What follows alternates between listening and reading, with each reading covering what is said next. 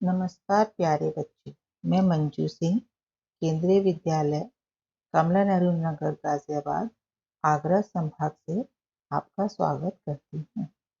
प्यारे बच्चों, आज हम कक्षा 2 की हिंदी पाठ्य पुस्तक रिमझिम बाग 2 के पाठ 7 मेरी किताब का पढ़ेंगे और उसको समझेंगे कि उसमें क्या कहा गया है और उसको अच्छी तरह से समझकर आगे उसके में दिए गए अभ्यास कार्य को करेंगे।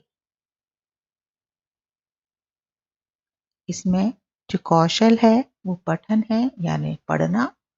लक्षित अधिगम प्रतिफल है पाठ का शुद्ध उच्चारण के साथ पठन और पाठ की व्याख्या।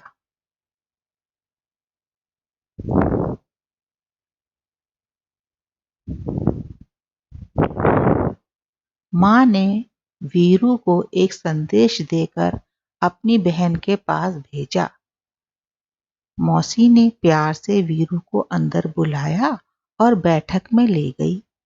बैठक में कदम रखते ही वीरू अचरज से ठिठक गई। उसने सोचा, बाप रे, इतनी सारी किताबें। देखिए वीरू को कितना आश्चर्य हो रहा है। अचरज मतलब आश्चर्य, हैरानी। वहां नीचे से ऊपर तक किताबों से भरे खानों वाली 2 लंबी दीवारें थीं। देखिए, एक साइड में दीवार है और एक इसके पीछे की तरफ दीवार है। वह आंखें फाड़े देखती रही। अंत में उसने साहस करके पूछा, मतलब हिम्मत करके पूछा, क्या आपके पास बच्चों के लिए भी किताबें हैं? तो मौसी ने कहा, हाँ, वह देखो, यह वाला खाना और यह वाला। वीरू ने हैरानी से कहा, इतनी ढेर सारी किताबें, मेरे पास तो इतनी किताबें नहीं हैं। मौसी ने कहा, यदि तुम चाहो मैं पढ़ने के लिए तुम्हें कुछ किताबें दे सकती हूँ। तुम्हें किस तरह की किताबें सबसे अधिक पसंद है? वीरू ने धीरे से कहा, मुझे मालूम नहीं। मौसी ने एक किताब निकालकर वीरू को पकड़ाई और कहा, तुम यह किताब पढ़कर देखो। वीरू घबरा कर पीछे हटी और बोली, बाप रे, ये तो बहुत मोटी है। मौसी ने सुझाव दिया, अच्छा, तो फिर शायद यह वाली ठीक रहेगी। वीरू बोली, यह बहुत बड़ी है, मेरे बस्ते में नहीं आएगी। मौसी ने तीसरी किताब दिखाई, और इसके बारे में क्या ख्याल है? वीरू ने किताब के पन्ने पलटे और यह फैसला किया, इसमें पढ़ने के लिए बहुत कम है। इतनी छोटी छोटी तस्वीरें, और यह किताब बहुत पतली है। मौसी ने कहा, वीरू, मुझे तो लगता है मैं तुम्हारे लिए किताब नहीं चुन सकती। ऐसा करना, अगली बार जब तुम आओ तो अपने साथ एक पुट्टा लेती आना। पुट्टा मतलब स्केल, जो आप मैथ में यूज करते हैं नापने में। वीरू ने पूछा, फुट्टा क्यों? मौसी ने हंसकर कहा, तुम्हें जितनी मोटी किताब चाहिए तुम नाप कर ले लेना, ठीक है ना? वीरू ने माँ के भेजे हुए कागज को मेज पे रखा और भाग खड़ी हुई। देखिए बच्चे, अब आपका क्या हुआ? पाठ का पठन हो गया है। सभी शब्दों को आपने समझ लिया होगा। अब मैं आपको दोबारा से इस पाठ को समझाते हुए पढ़ाती हूँ।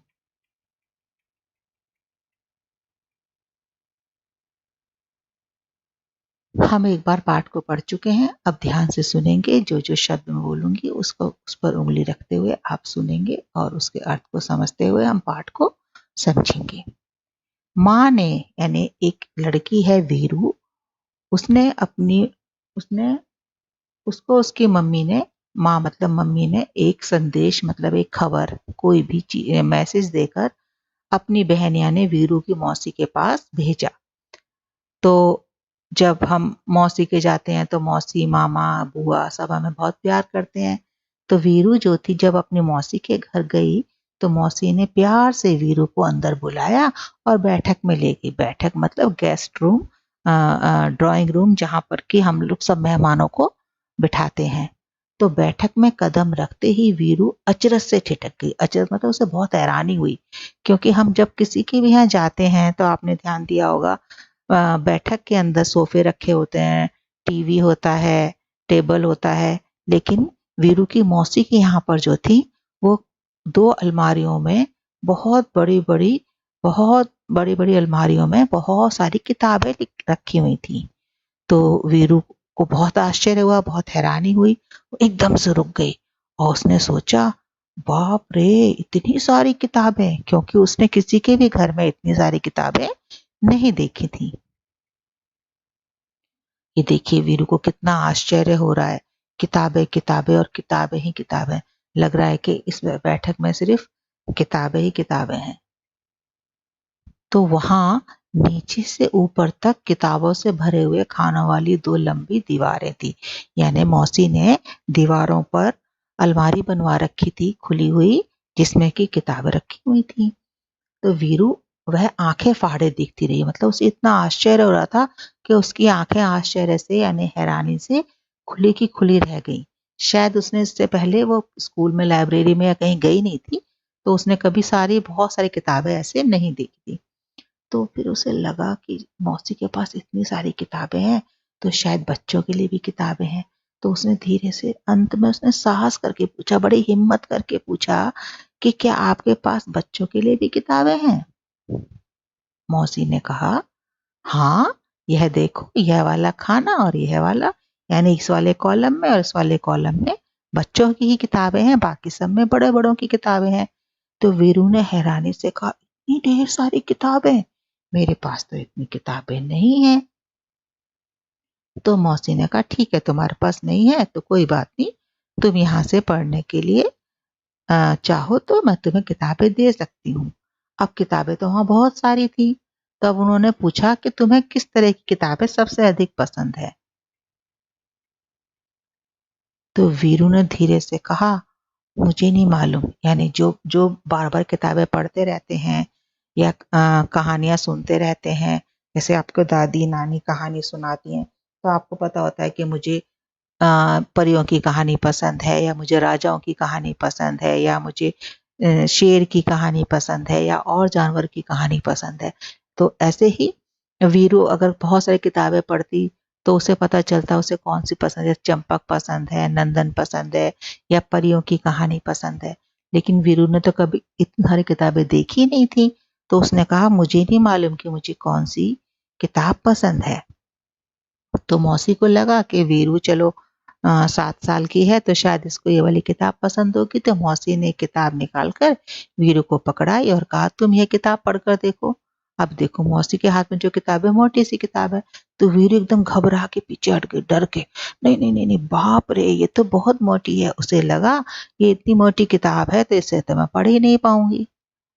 तो मौसी ने सुझाव दिया, तो फिर मौसी ने उसको सुझाया, यानी उसको एक तरीका बताया कि अच्छा तो शायद यह वाली ठीक रहेगी, कि उसको सलाह दी कि चलो ये मत लो, उसे दूसरी पतली किताब दे दी। लेकिन जो वो किताब पतली थी, वो किताब थी तो पतली लेकिन थोड़ी लंबी थी। तो वीरू बोली, यह तो बहुत बड़ी है, मेरे बस्ते में नहीं आएगी। तो बस्ता मतलब बैग, जिसमें आप किताबें लेके स्कूल में आते हैं, जो आपका स्कूल बैग होता है। ऐसी ही वीरू के पास भी बैग होगा। तो उसने कहा कि ये किताब बड़ी है, मेरे बैग में नहीं आएगी। तो फिर मौसी ने क्या किया, पहली किताब दिखाई तो वीरू ने कहा मोटी है, दूसरी किताब दिखाई तो वीरू ने कहा ये बड़ी है, मेरे बस्ते में नहीं आएगी। तो फिर मौसी ने तीसरी किताब दिखाई और बोला, इसके बारे में क्या ख्याल है कि इस किताब को देख लो, शायद तुम्हें ये पसंद आ जाए। तो वीरू ने किताब के पन्ने पलटे और ये फैसला किया, सोचा उसने, नहीं, इसमें पढ़ने के लिए बहुत कम है, यानी पिक्चर ज्यादा है। आपको लाइब्रेरी से बुक्स मिलती हैं तो आपको देखा पता चलता है ना कि इसमें कई में पिक्चर बड़ी-बड़ी बनी होती है और लिखा बहुत कम होता है। तो उसने कहा नहीं, इसमें पढ़ने के लिए बहुत कम है और तस्वीरें भी बहुत छोटी-छोटी हैं और ये बहुत पतली है। तो मौसी ने कहा, मौसी उसको पतली किताब भी पसंद नहीं आई, बड़ी किताब भी पसंद नहीं आई, मोटी किताब भी पसंद नहीं आई।